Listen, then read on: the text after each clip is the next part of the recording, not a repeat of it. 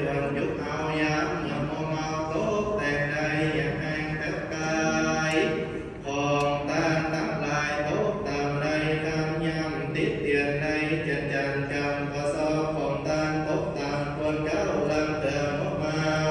แนบหอบประตันในของกับสีลำเตือใดเดือดดาดีตีเด็กอ่อนข่าวจังอ่อนควรกับกินหูได้ยินออกปากเป็นกำหากรุนแรงในจากแข่งตัดหนากำไรยาปะโลมีโมโหคิ้วโกรธภูมิคานก็รู้ว่าเป็นโทษเวรกรรมบ่ได้ผมยอมเดือดดาออกปากประมูลงานล้างเตือลุกลานมาไกลได้กับไหลจำนีว่าเป็นวจีกรรมปากเป็นความเป็นกาเป็นกรรมหลอนในกระทำฟ้าฟังนอนยืนนั่งข้างกายเมื่อใครน้ำลายตกใส่ดังเส้นผมน้อยใหญ่ตกหล่นใส่ของตาล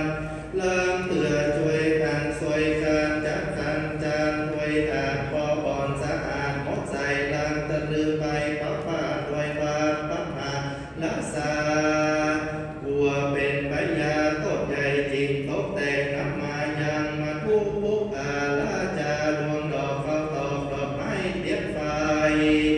น้ำสุกันโดนอากาศใส่จิตจ้อยผู้ขาน้อยคอนสุมาสัพพะปาลิวันหลายเมียงอันเป็นเครื่องของตาขอเครื่องเน้นเสสนาตันเจ้าโปรดมือหายกลายเป็นอาโหนสิกรรมอย่าคือเป็นนิวรณ์ทำไปนาแก่นศรัทธาผู้ข้าตั้งหลายจุกูจุโคโคนจุร้อยใหญ่จะนินนั้นจุงจะมีเดียมแต่เดลิกายะตัวเลวจีตัวเลมโน